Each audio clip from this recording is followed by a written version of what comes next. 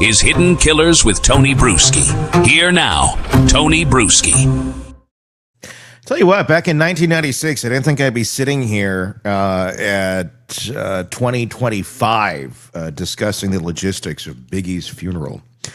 No, not at all. Or Tupac's murder or any of this. All these years later, I mean, my goodness, almost 30 years now.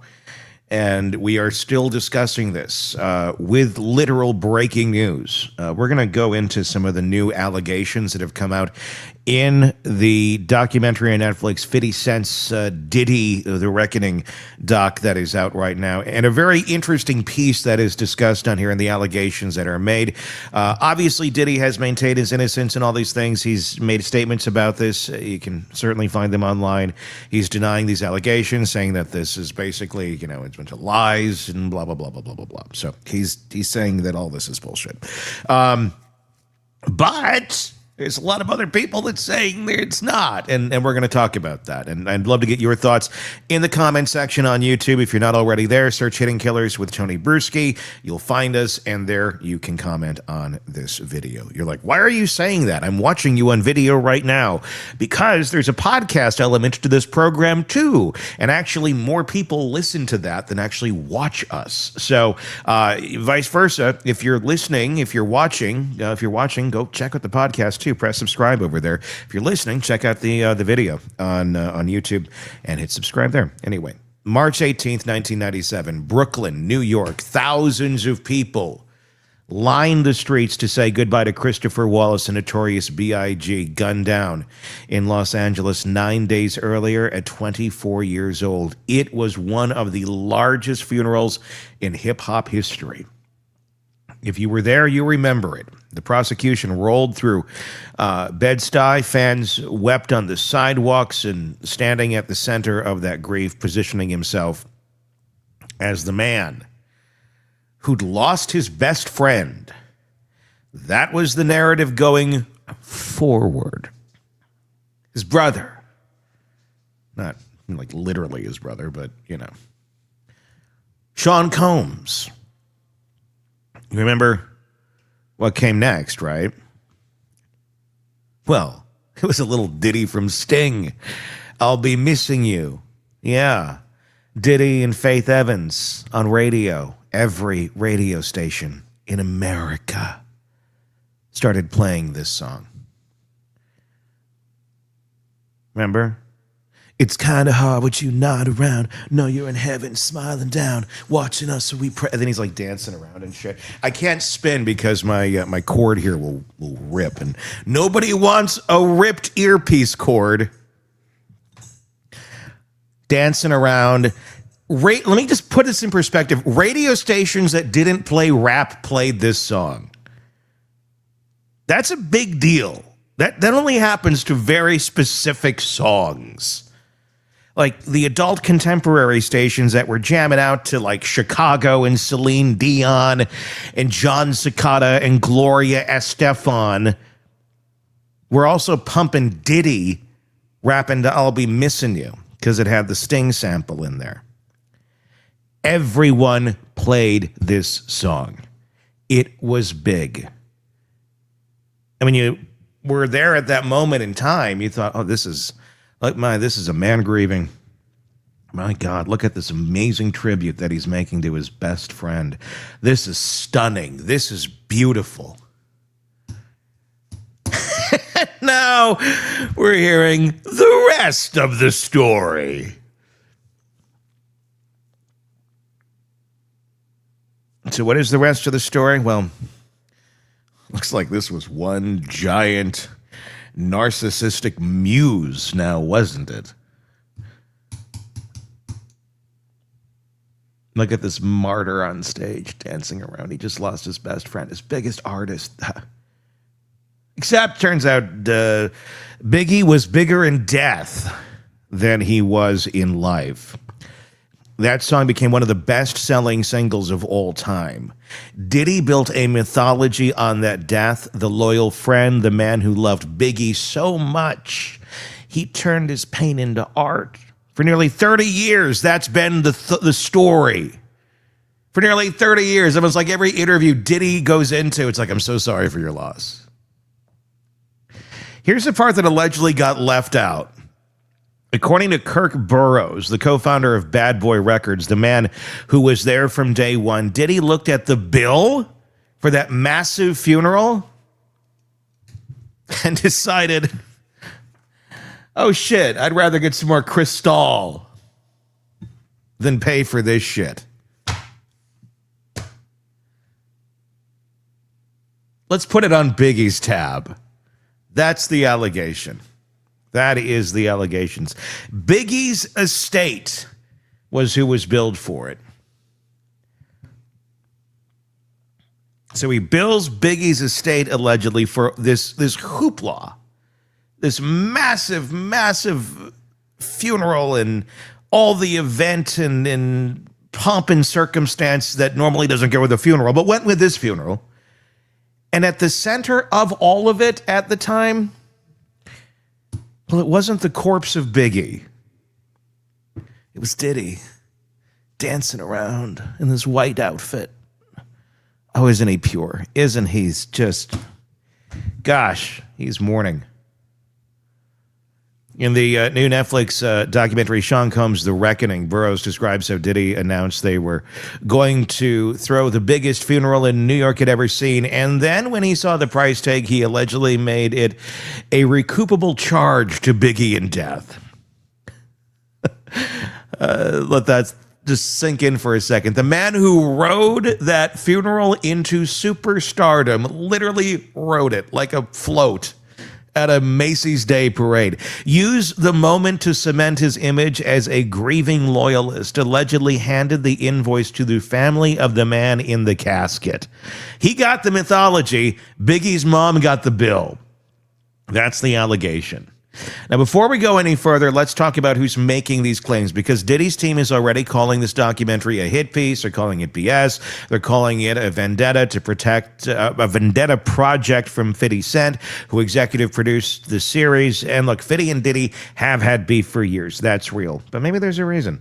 But here's the thing. The people talking in this documentary aren't internet commenters or clout chasers. They haven't had the beef the way that those two have. They're the people who helped build Bad Boy Records.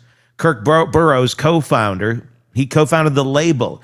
He handled accounting. He took handwritten notes in journals, notes that are shown in the documentary. He's been trying to tell his story since the early 2000s. He sued Diddy in 2003. The case got thrown out on a technicality. The allegations were deemed too old, but Burrowes never changed his story. And now with Diddy sitting in federal prison after being convicted on prostitution-related charges this past summer, Burrowes is finally getting his platform. And he's not the only one. The documentary features former Bad Boy artist Mark Curry, who wrote a book about this in 2009. It features Aubrey O'Day from Danity Kane, producer Lil Rod Jones, former security, former staff. These are insiders, people who were in the room. And the picture they paint isn't complicated. It's damning. Let's go back to Biggie, because the funeral allegation is not where this ends. According to Burrowes, after Biggie died, Diddy allegedly tried to alter the rapper's contract with Bad Boy. Listen to this. Biggie had just signed a new deal right before his death. Burrowes claims Diddy wanted to secretly change the terms, make them more favorable to the label, without notifying Biggie's family. Because even though Biggie's dead, someone's still going to profit off of this. Someone's going to get the proceeds. His estate is going to get, the rewards, the profits of his work. He had already recorded Life After Death. There was plenty of other recordings that were going to be profited off of in the future. And no, that shouldn't just go to the record company. It goes to the estate of the person who made that work. So the man's barely in the ground, and allegedly the paperwork was already being shuffled. Burrowes says he refused to go along with it. 90 days later, he was fired. So what does that mean exactly? Well, let's say you have a contract. You got a whole bunch of pages in that contract. Okay, you read through it. This is when you're alive. Okay, you're at the last page. Sign here. Okay, sign. That's the contract. It's all stapled together.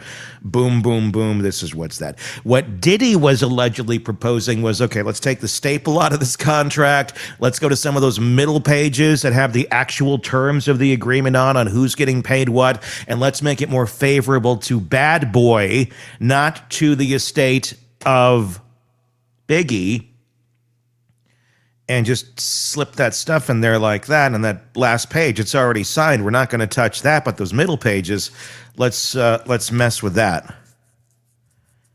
It's illegal. You can't do that. It's extremely unethical. But that's the allegation, that he wanted to do that so no one would know that, well, he's dead now, so I should probably... No one's going to know if I make more than he does, and if it looks like he signed it, well, nobody's going to question that. He wanted me to have this money. He wanted Bad Boy to be a bad boy for life, right? That's the allegation is that. Burrowes says he refused to go along with it. 90 days later, he was fired. And wait, there's more. Before Biggie was killed, he'd reportedly secured a Rolling Stone cover. Would have been a major moment for Biggie. Yes, Rolling Stone. The allegation is Rolling Stone said, hey, we want to put Biggie on the cover. I mean, validation on a national stage, and at that moment in time, Biggie was huge. Diddy was not. Diddy was still the producer in the background. The jealous, weird side guy that was hanging out on everything. It was like, oh, who's that guy in these songs? Okay. He wasn't the spotlight man, and Diddy did not like that, allegedly. According to Burrowes, when Rolling Stone reached out and said, we want to do the cover, Diddy called back and demanded they pull this idea. Why? Because Diddy's solo album, No Way Out, was coming out in July, and he allegedly decided he needed that cover for himself. Think about that timeline. Biggie, still alive. He has a cover story locked, and allegedly, his own label head, the guy who's supposed to be building his career, Bigfoots him because the spotlight needs to stay in one place, and then Biggie died. And Diddy got more magazine covers than he could count. And a Grammy. And a #1 single. And an image as a loyal best friend. Here's the part nobody wants to say out loud. For Sean Combs, Biggie's death might have been the best thing that ever happened to his solo career. And these allegations, if they are true, he was positioning himself to benefit from that relationship long before the bullets flew. Fun little fact that's just coming to my mind right now. There was a copy of Hits magazine. I don't know if Hits is still around, but Hits was a magazine. Orangish cover, Diddy's dancing on it. There's an image of me in that magazine back in my radio days. We were at like some event. I don't remember. It was something. I wasn't with Diddy. It was nothing to do with Diddy. It was a magazine that covered the music industry. But I have a copy of that. I remember it's in some box somewhere. And I remember that was the cover of the magazine. It was probably 2001-ish. If you happen to have a treasured copy at home, which I'm sure I'm probably the only one that does, in a box in my garage. I remember that. There's me and some radio people. I don't remember what the hell we were doing. Probably some artist or something at the radio station. Now, here's where the story shifts, because what happened with Biggie wasn't an exception. According to multiple people who worked with Diddy, it was the template. Let's talk about Craig Mack, a little flavor in your ear. Most people under 40 probably don't know that name. And honestly, people who knew the music probably still don't know his name because he wasn't promoted properly. Craig Mack, boom, boom, boom, boom, put a little flavor in your ear. Bad Boy's first star. It dropped in 1994 and put the label on the map. The remix featured Biggie, LL Cool J, Busta. It was massive. Craig Mack should have been set for life. Instead, according to a 2024 Rolling Stone investigation and multiple sources, he was essentially shelved. His second album got delayed for years. He clashed with Diddy over creative control and was allegedly punished for it. In 1996, Mack filed for bankruptcy, not because he was reckless, but because he was reportedly trying to escape his bad boy contract. He argued it was financially destroying him. He almost got out. Suge Knight, of all people, offered him a deal to come to Death Row Records, a $200,000 advance, a $1.25 million recording budget, a fresh start. But according to Mack's ex-wife, Roxanne Hill Johnson, when Bad Boy found out, Diddy was enraged, and Craig Mack got scared. He backed out. The bankruptcy filing was withdrawn. Hill Johnson's quote from that Rolling Stone piece is hard to forget. She said, "Diddy became a vindictive bastard and really stuck it to him." Craig Mack's career never recovered. He bounced around, put out an album that went nowhere. Eventually, he left the music industry entirely and joined a religious commune in South Carolina, a doomsday group allegedly led by his self-proclaimed prophet. He died there in 2018 at 47 of heart failure. He was broke, he was forgotten, and the label he helped launch became a billion-dollar empire. That's some flavor in your ear. You'd think that story would be an outlier, the cautionary tale nobody repeated. But the documentary makes it clear it kept happening. Mark Curry was a rapper and songwriter who worked with Bad Boy for about a decade. He appeared on Biggie's posthumous album. He's on Bad Boy for Life. He co-wrote Come With Me, which, by the way, still a great jam. Come With Me. The Led Zeppelin sampling track from the Godzilla soundtrack. He was, by any reasonable measure, a contributor to some of the label's biggest moments, and according to Curry, he was never properly compensated for any of it. In his 2009 book, Dancing with the Devil, How Puff Burned the Bad Boys of Hip-Hop, Curry laid out the alleged playbook. He claimed Diddy would insert himself into artist tracks so he could charge special guest appearance fees. Fees the artist wouldn't even know about until they got their royalty statements. He claimed Diddy would put his own cars in music videos, then bill the production budget for rental fees, and claim tax deductions on top of it. He claimed Diddy muscled his way into songwriting and production credits he didn't earn. And perhaps most gallingly, Curry described how Diddy would flaunt his wealth directly in front of the people he was allegedly bleeding dry. Diamond-encrusted cars, mansions, all of it on display, while Curry was wondering how he'd pay rent. The Wikipedia page for Mark Curry, updated as recently as this week, notes that Curry wasn't even invited to the recording sessions for albums he ended up appearing on. He showed up anyway. He wrote songs anyway, and according to him, it was still treated like a nuisance. Eventually, Curry wrote his book partially as leverage. He admitted that in the text, he thought maybe if Diddy knew the dirty laundry he was about to go public with, he'd finally, deal fairly. It didn't work. The book came out, Curry still broke, and the industry barely blinked. If all this feels like ancient history, let me bring you up to 2023, because it don't stop, it won't stop, can't stop. Lil Rod Jones is a producer who got tapped to work on Diddy's album, The Love Album, Off the Grid. He spent 13 months embedded with Combs at his house, on his yacht, in his world. The documentary features footage Jones shot during that time. He was there. He was recording. He thought he was going to be part of this amazing project. It was going to be his big break, Diddy's first album in 13 years, and you're like one of the main producers on it. What was he offered for producing an entire album for one of the richest men in hip-hop? A number that only came out allegedly after he produced the album? You're thinking, of course, this is going to be great. I'm going to make bank on this. Less than a part-time employee at a closed-down family video. $29,000. $29,000. For context, that's less than a first-year public school teacher in most states. For over a year of work on a major label release. And according to Jones, he still hasn't been paid. Jones is now suing Diddy for sexual assault.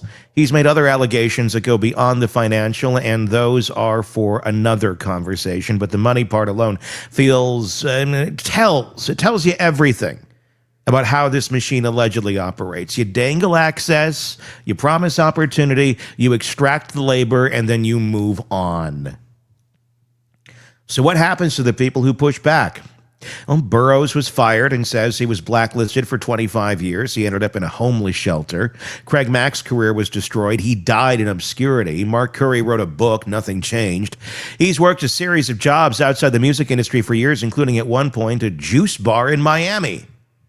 Aubrey O'Day, who was in Danity Kane and later Diddy Dirty Money, says she was kicked out of the group after refusing Diddy's alleged sexual.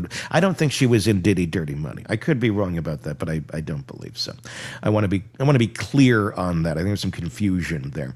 But Danity Kane, for sure, kicked out after refusing Diddy's alleged sexual advances. In the documentary, she reads explicit emails he allegedly sent her. She talks about being separated from the other girls in the group, groomed, isolated, and when she didn't comply, she was out.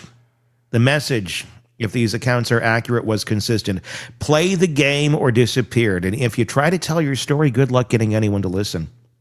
And then there's a final insult. A few years ago, Diddy made a big public gesture. He announced he was giving artists back their publishing rights. He returned catalogs to Mace, The Lox, the estate of Biggie. It was covered as a magnificent act. Look at this. A man making things right. Mark Curry wasn't impressed. He posted a video on Instagram asking the obvious question: what's it worth now? Because here's the thing about publishing. The money is in the exploitation, the licensing, the royalties, the sync deals.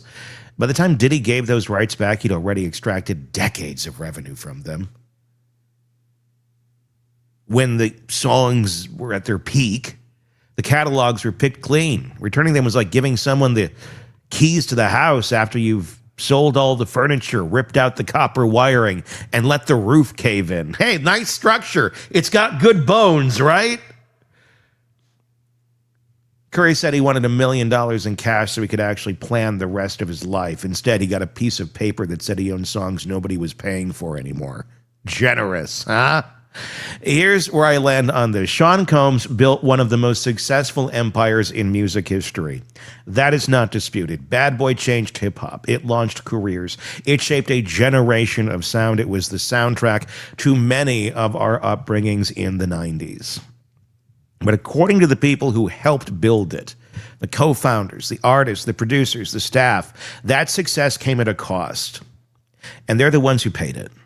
The funeral for Biggie wasn't grief. If those allegations are true, it was branding, a performance designed to position one man as the heartbroken loyalist while the estate of the dead artist picked up the tab. And that wasn't a one-time move. According to testimony spanning 3 decades, it was the model. The relationships were transactions. The loyalty was leverage. The contracts were traps. And every time someone tried to push back, they were erased. Burrowes put it simply in the documentary. He said, "You've abused everyone and used most everyone." There are horror stories like this all throughout. 30 years of horror stories, and now finally people are listening. Not because the stories are new, but because the man at the center of them is sitting in a cell. And for the first time, the mythology can't protect him. Give me your thoughts in the comments section. This has been a very fascinating docuseries. I have a lot more thoughts. I have a lot more videos to come on this. I just finished the whole thing last night.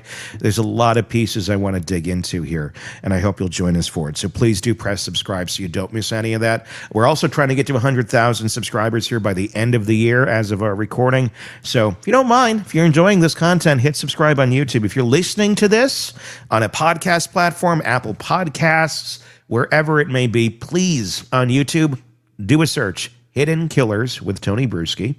You will find us there, and hit subscribe. And please, in the comments section, give me your thoughts on all this. Is this all insane? Is this all crazy? All a bunch of lies, like Diddy is claiming? Or is there truth to all of these stories from all of these people? It's one thing when one person is saying something that seems to be completely out of line with one's character. It's another when you literally have just people lining up left and right in like a cacophony of so many people that worked with this man, all having similar horror stories. That's a pattern. It certainly shows something. It shows a side and it exposes a piece of him that he certainly never thought anyone would see, or he never thought was bad. It was just part of him because he's a bad boy for life, remember? So that all comes with the territory. He was kind of saying that for all this time. Did we not take him seriously enough? Did we just think, oh, it's a good slogan there. You know, you're a bad boy, you know?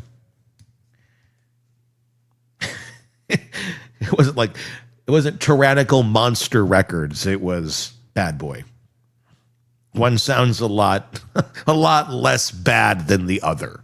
Again, your thoughts in the comments section. Until next time, I'm Tony Bruschi. We'll talk again. Want more on this case and others? Then press subscribe now and don't miss a moment of true crime coverage from Tony Bruschi and the Hidden Killers podcast.